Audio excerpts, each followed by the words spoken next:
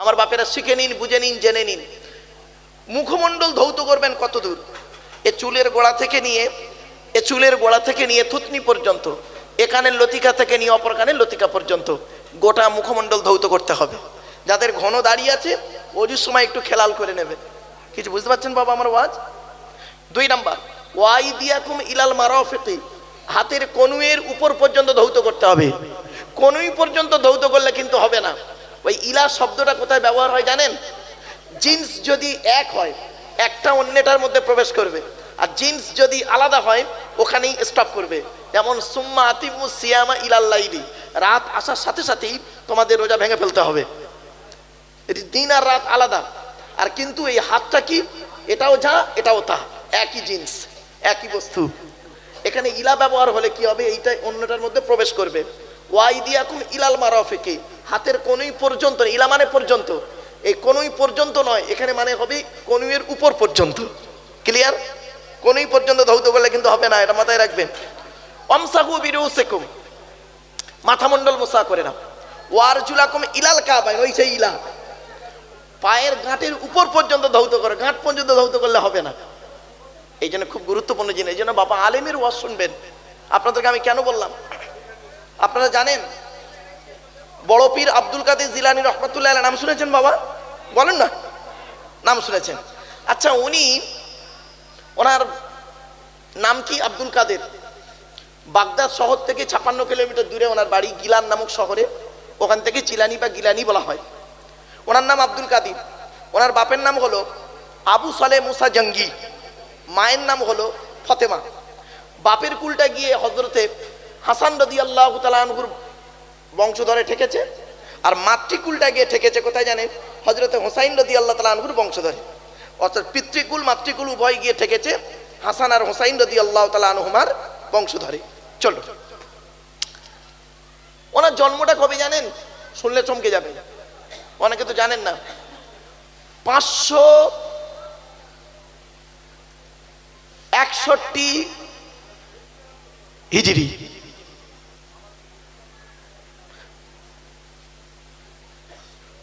মনে রাখবেন। পয়লা রমজান, তওবা 500 না, 461 হিজরি, পয়লা রমজান ওনার জন্ম। আর ইন্তেকালটা হলো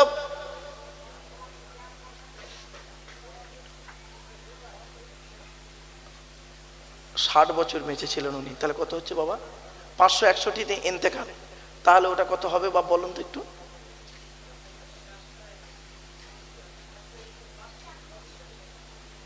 561, 90 বছর বেঁচে ছিল, তার মানে 470 হিজরিতে, 470 হিজরির পয়লা রমজান ওনার জন্ম। আর ইন্তেকাল হলো 561 হিজরি রবিউল সানি মাসের 11 তারিখ ওনার ইন্তেকাল। তো আব্দুল কাদের জিলানী রহমাতুল্লাহ আলাইহি উনি কোন মাযহাবের ছিলেন আপনারা জানেন? উনি হানাফি মাযহাবের নন,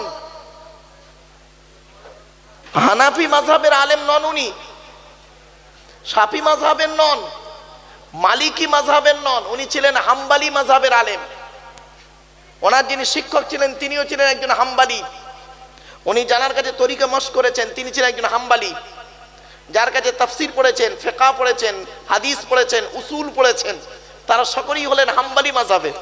ইমাম আহমদ বিন হাম্বল রহমাতুল্লাহ আলাইহির মতের মানুষ তারা ছিলেন। তো বড় পীর আব্দুল কাদের জিলানী রহমাতুল্লাহ আলাইহি একটা কিতাব লিখেছেন, কিতাবটির নাম হলো গুনিয়াতুত তালিবিন।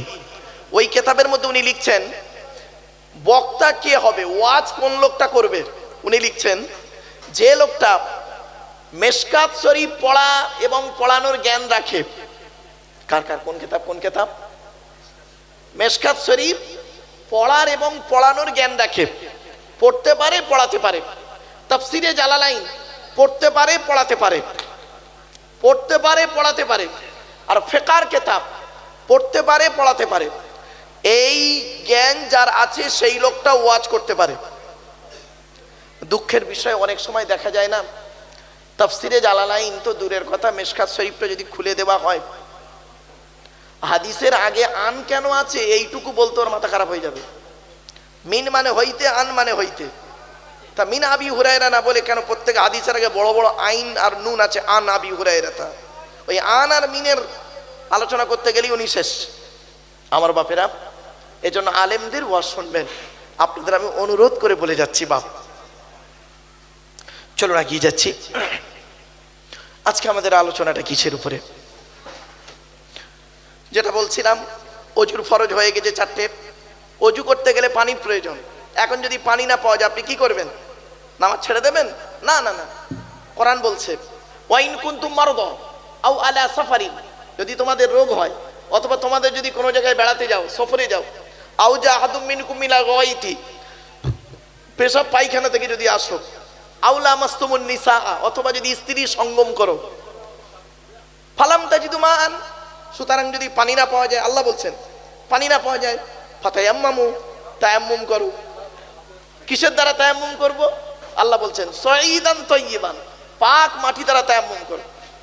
তায়াম্মুমে ফরজ হলো 3টি। 1 নম্বর নিয়ত করা, 2 নম্বর হলো মুখমণ্ডল মোছা করা, 3 নম্বর হাত মোছা করা। আর একটা ফরজ হলো কি? গোসলের ফরজ। গোসলের ফরজ হলো 3টি।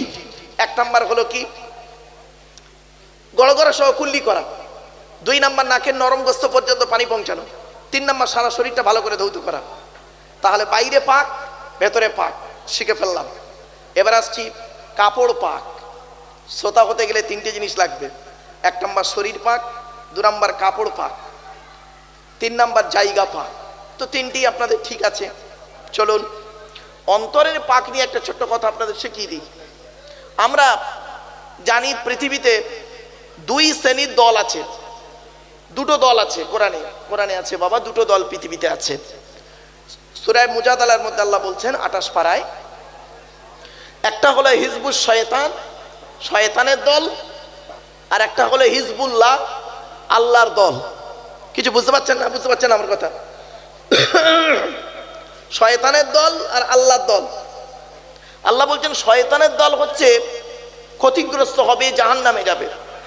আর আল্লাহর দল হচ্ছে উলাইকা হিজবুল্লাহ, যারা পৃথিবীতে ভালো ভালো কাজগুলো করবে, ঈমান আনবে, ভালো ভালো কাজগুলো করে যাবে, তারা হলো আল্লাহর দল।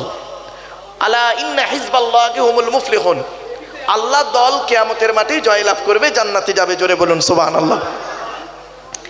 এই আল্লাহর দল আর শয়তানের দলের মাঝখানে একটা দল আছে।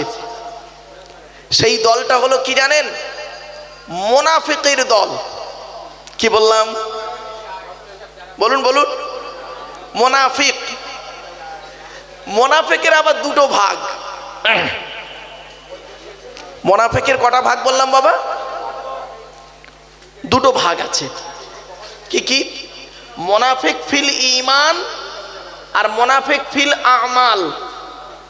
বিশ্বাসের দিক থেকে মুনাফিক আর কাজের দিক থেকে মুনাফিক। কি বাবা? আচ্ছা আচ্ছা আচ্ছা আচ্ছা, ঠিক আছে বাবা। বিশ্বাসের দিক থেকে মুনাফিক, মুনাফিক ফিল ঈমান, বিশ্বাসের দিক থেকে মুনাফিক। আর মুনাফিক ফিল আমাল, কাজের দিক থেকে মুনাফিক। কাজের দিক থেকে মুনাফিকের আবার 5টা ভাগ। কি কি? ইজা হাদ্দাসা কাযাবা, কথায় কথায় মিথ্যা কথা বলবে। ওয়াইজা ওয়াদা ফাখালাফা, ওয়াদা করলে খেলাফ করবে। ওয়াইজা তুমিনা ফাখানা, আমানতের খেয়ানত করবে। আর 4 নম্বর হলো ঝগড়ার সময় যারা গালাগালি করে, তর্ক বিতর্কের সময় যারা কি করে? গালাগালি করে, ওরা হলো মুনাফিক। সে যেই শ্রেণীর লোক হোক, আলেম হতে পারে, বক্তা হতে পারে, পীর সাহেব, মুরি সাহেব, মুফতি সাহেব, যে সাহেব বা কোনো যে কোয়ালিটির লোক হতে পারে, এখানে কোনো নেই, নির্ধারিত নেই।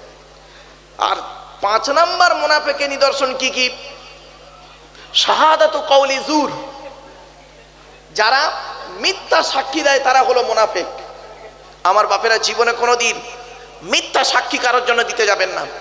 সাক্ষী দিলে সত্য সাক্ষী দেবেন, মিথ্যা সাক্ষী জীবনে দেবেন না। তো মুনাফিকের 2টো ভাগ কি কি? কাজের দিক থেকে মুনাফিক, মুনাফিক ফিল আমাল, মুনাফিক ফিল ঈমান। বিশ্বাসের দিক থেকে মুনাফিক। এই বিশ্বাসের দিক থেকে মুনাফিকটা হলো খুব কঠিন, এদের চেনা খুব মুশকিল। অসুবিধা হচ্ছে বাবা? হ্যাঁ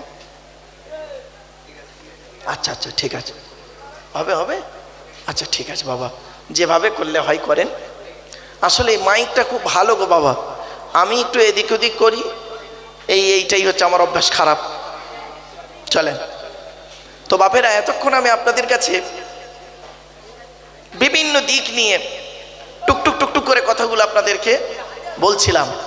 একবার নবীর উপরে উচ্চ আওয়াজে দরুদ শরীফ পড়ার আগে শেখ সাদি রহমাতুল্লাহ আলাইহির ওই দুলাইন কবিতাতে একটু পড়ে নিই।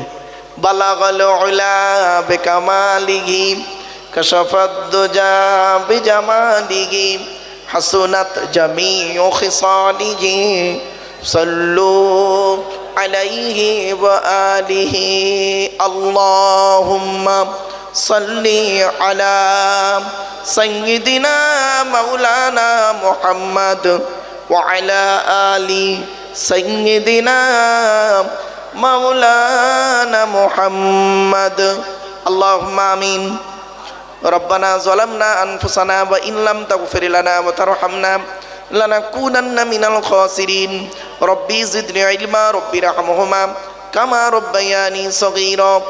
রব্বুল আলামিন সন্ধ্যা থেকে নিয়ে এখন পর্যন্ত বহু আলেম উলামা জ্ঞানী গুণী বুদ্ধিজীবীরা বিভিন্ন দিক নিয়ে আলোচনা করেছেন।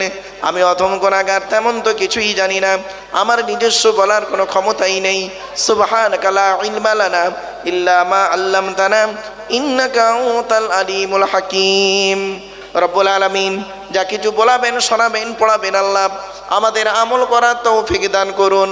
খাস করে মাবুদ, দূর দূরান্ত থেকে যে সমস্ত বাবাজিরা, যুবক ভাইরা, স্নেহের কচি কচি বাচ্চারা, মা বোনেরা রাতের আরামকে হারাম করে দিয়ে, মূল্যবান সময়কে ব্যর্থ দিয়ে, আরামের বিছানাকে ত্যাগ করে দিয়ে পবিত্র কোরআনুল কারীমের মাহফিল শোনার জন্য চাতক পাখির ন্যায় ছুটে এসেছেন, আসছেন এবং আসবেন।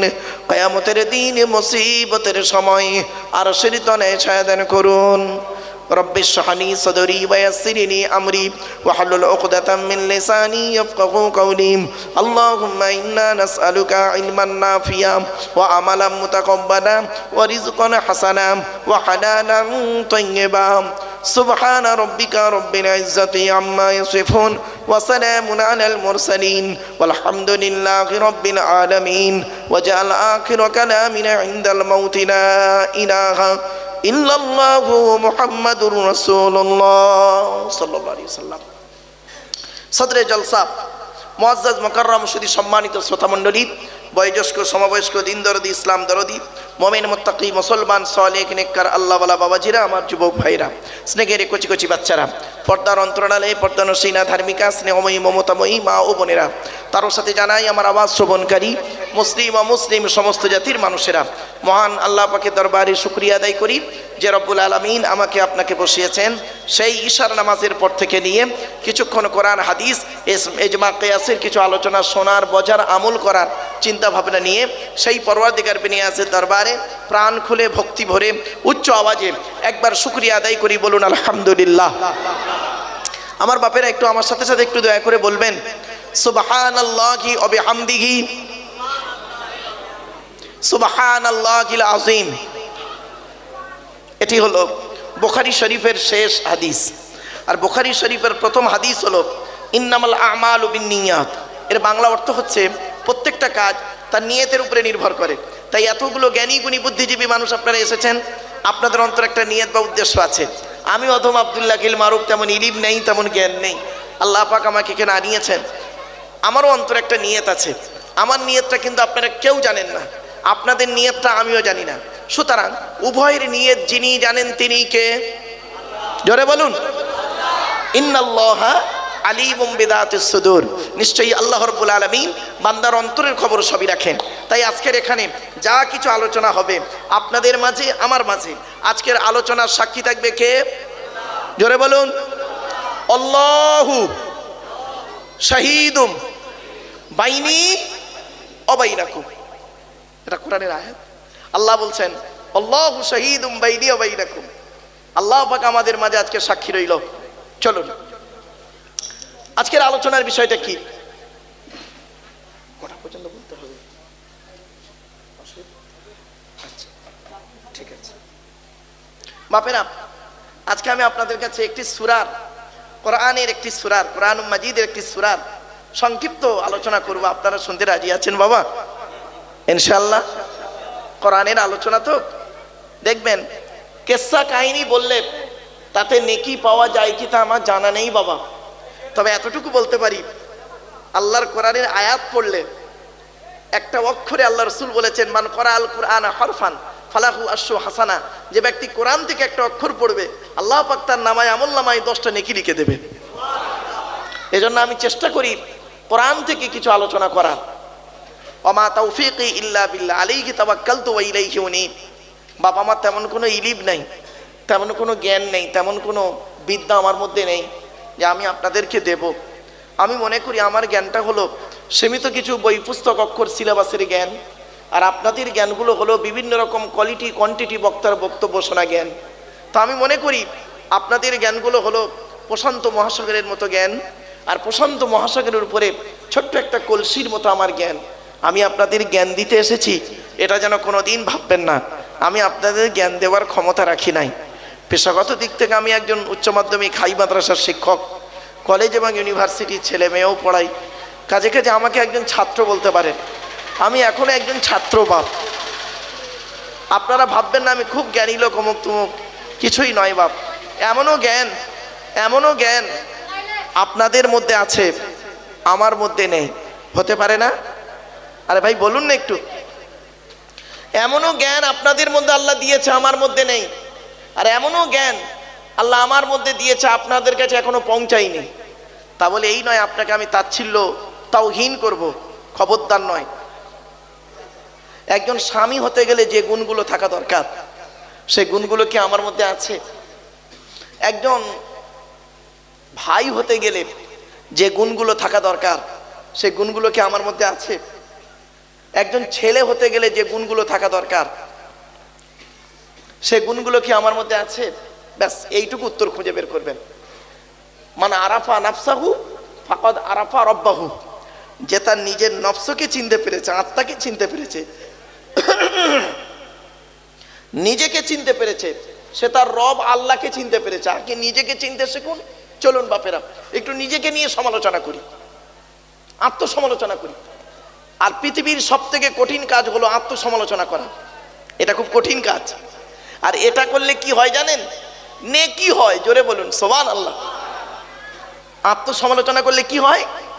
নেকি হয়। আত্মার 3টে ভাগ আছে, কোরআনে আছে।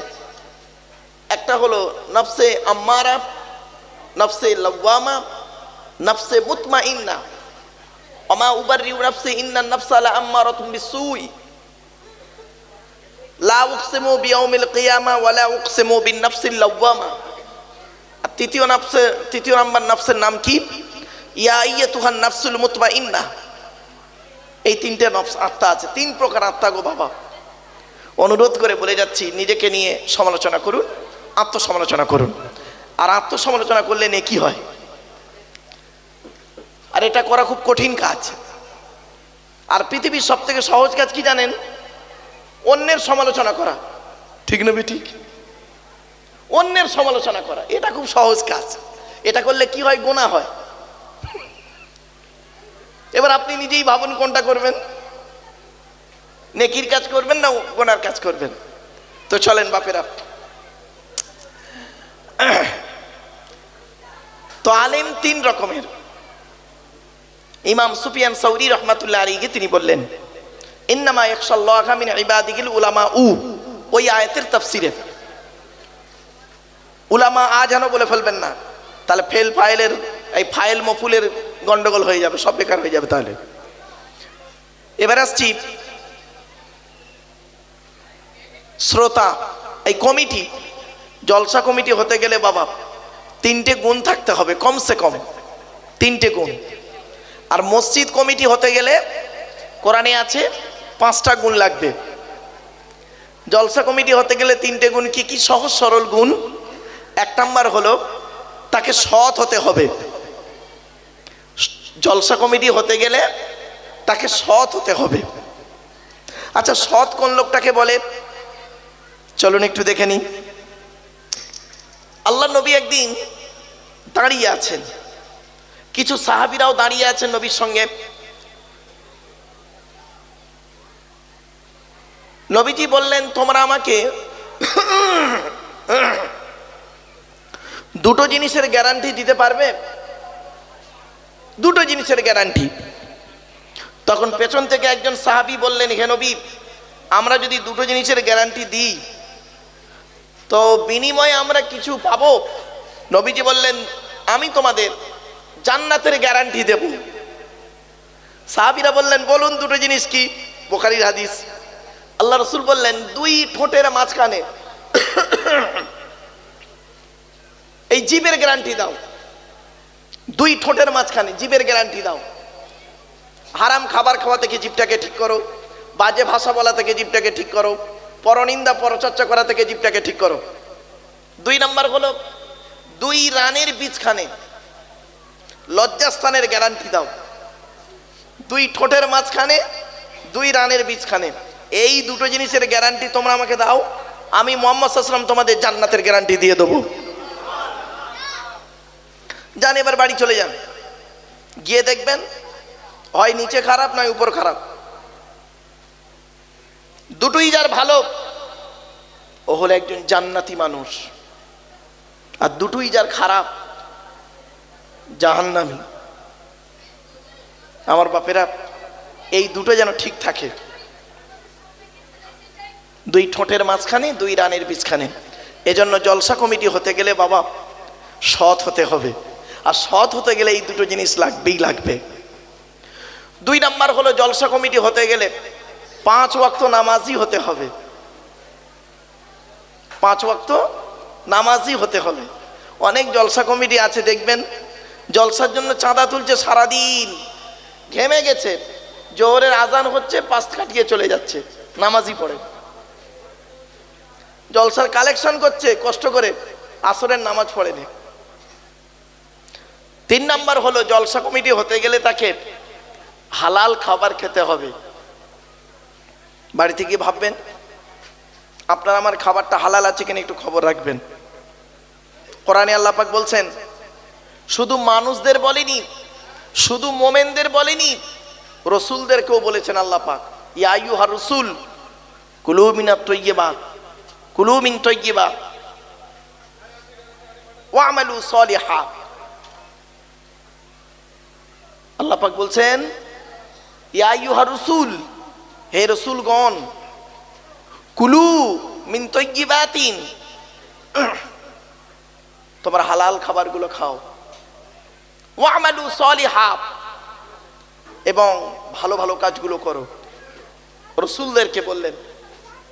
মুমিনদের কি বললেন? ইয়া আইয়ুহাল্লাযীনা আমানু, এই যে আয়াতটা বললাম এটা 18 পারা 4 নাম্বার পৃষ্ঠার 10 নম্বর লাইন, সূরার নাম সূরা মুমিনুন। আর এই যে আয়াতটা পড়ছি, ইয়া আইয়ুহাল্লাযীনা আমানু কুলু মিন তাইয়্যিবাতি মা রাযাকনাকুম, 2 নম্বর পারা 4 নম্বর পৃষ্ঠা 14 নম্বর লাইন, সূরার নাম সূরা বাকারা। হে ঈমানদার বান্দাগণ, কুলু মিন তাইয়্যিবাতি মা রাযাকনাকুম, আমার দেওয়া হালাল রিজিকগুলো তোমরা ভক্ষণ করো। তাহলে রাসূলদেরকে আল্লাহ পাক কি বললেন? হালাল খাবার খেতে, ভালো কাজ করতে। আমাদেরকে কি বললেন? মুমিনদেরকে কি বললেন? হালাল খাবার খেতে, ভালো কাজ করতে। এবার আসছি সকলকে কি বলছে আল্লাহ দেখি, পৃথিবীর সকল মানুষকে কি বলছে, মানব জাতিকে কি বলছে আল্লাহ দেখি। ইয়া আইয়ুহান নাস কুলু মিম্মা ফিল আরদি হালালান তাইয়্যিবা, 2 নম্বর পারা 4 নম্বর পৃষ্ঠা 10 নম্বর লাইন, সূরার নাম সূরা বাকারা।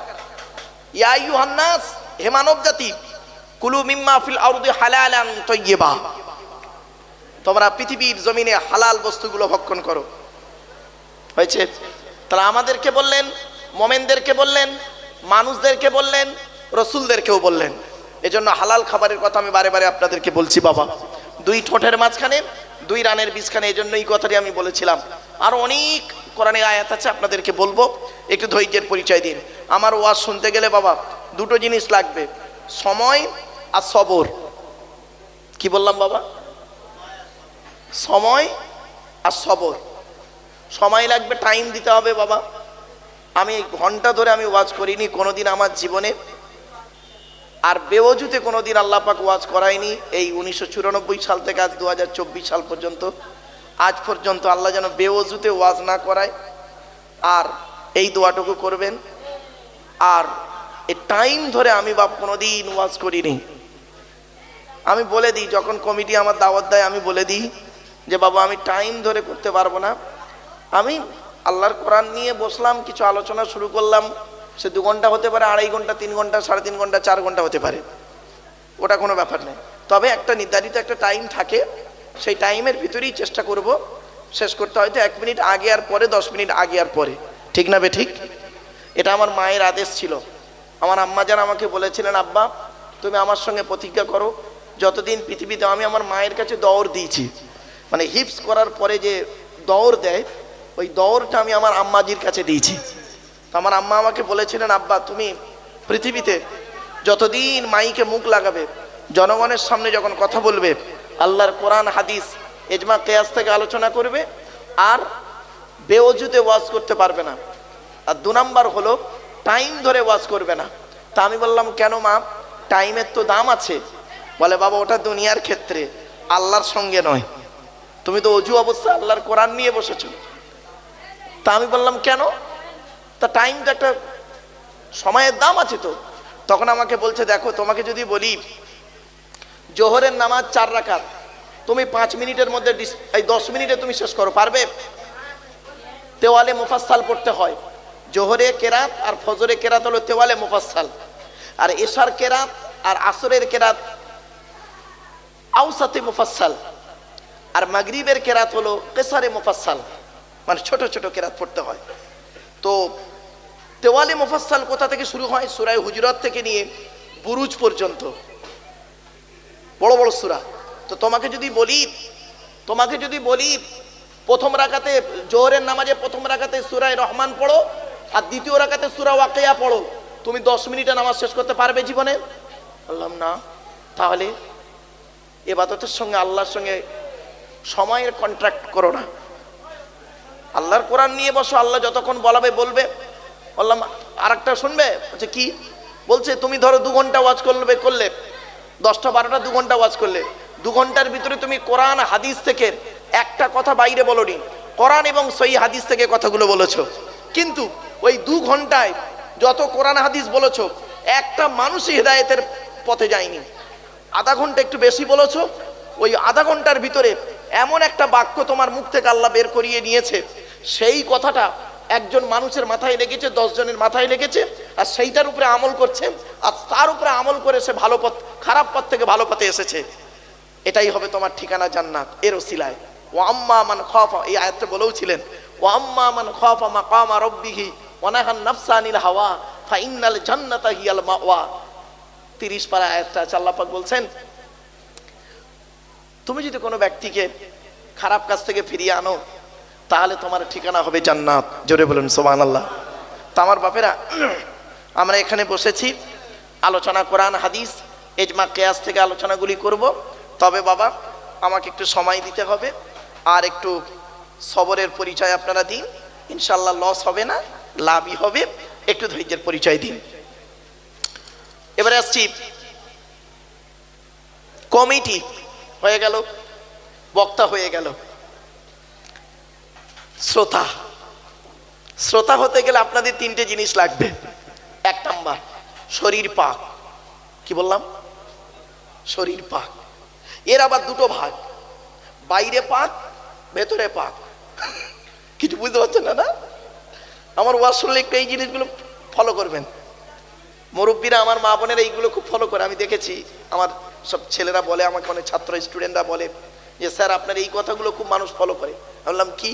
ও যে টুকটুক করে যে কথাগুলো আমি ভেঙে ভেঙে বলি। শরীর পাক, এর 2টো ভাগ, বাইরে পাক, ভেতরে পাক। চলুন, বাইরে পাকের আবার 3টে ভাগ, অজু, গোসল, তায়াম্মুম। আর ভেতরে পাকটা হলো আত্মাটা পাক। কিছু বুঝতে পারছেন? এখন আগে ভেতরটা বলে দিই, তারপর বাইরেটায় আসবো। ভেতরটা কি? আল্লাহ রসুল বলছেন, লিকুল্লি শাইইন সাকালাতুন। আচ্ছা, আগে কোরআনে আয়াতটা বলি। আল্লাহ পাক বলছেন, আলা হরফে তানবীহ, হুঁশিয়ার হয়ে যাও, জেনে রাখো, বিজিকিরিল্লাহি তাতমাইন্নুল কুলুব। আল্লাহর জিকির, আল্লাহর ভয়, আল্লাহর স্মরণ মানুষের অন্তরটাকে পরিষ্কার করে দেয়। জোরে বলুন সুবহানাল্লাহ। আয়াতটা কোথায় আছে? 13 নম্বর পারার 12 নম্বর পৃষ্ঠা 2 নম্বর লাইন, সূরার নাম সূরা রদ। আল্লাহ পাক বলছেন, পেছনে হাদিসটা শুনে নিন, লিকুল্লি শাইইন সাকালাতুন ওয়া সাকালাতুল কুলুবি যিকরিল্লাহ। আল্লাহ পাক বলছেন, আল্লাহ রাসূল বলছেন, নাউযুবিল্লাহ, আল্লাহ রাসূল বলছেন, এটা হাদিস, আগেটা কোরআনে আয়াত। কোরআন হলো আল্লাহর বাণী আর হাদিস হলো রাসূলের বাণী, এটা মাথায় রাখুন। রাসূল করিম সাল্লাল্লাহু আলাইহি ওয়াসাল্লাম বলছেন, পৃথিবীর প্রত্যেকটা বস্তু খারাপ হয়ে গেলে তার সারাবার একটা রাস্তা আছে, নেই বাবা? বলেন না বাবা, আমার সাথে কথা বলেন না। আচ্ছা, এই মাইকটা যদি এখনই খারাপ হয়ে যায়, এর সারাবার রাস্তা কি আছে বলুন? এই ডিপার্টমেন্টের লোক এসে সারাবে, আমি কিন্তু পারবো না, আপনারা কেউ পারবেন না। আপনাদের যদি এর সম্পর্কে এক্সপিরিয়েন্স থাকে তো আপনি এটাকে সারাতে পারবেন। তো রাসূলুল্লাহ বলছেন, প্রত্যেকটা বস্তু খারাপ হয়ে গেলে তার সারাবার রাস্তা আছে। মানুষের অন্তর যখন খারাপ হয়ে যায়, আচ্ছা মানুষের অন্তর খারাপ হয়ে যায় কিভাবে?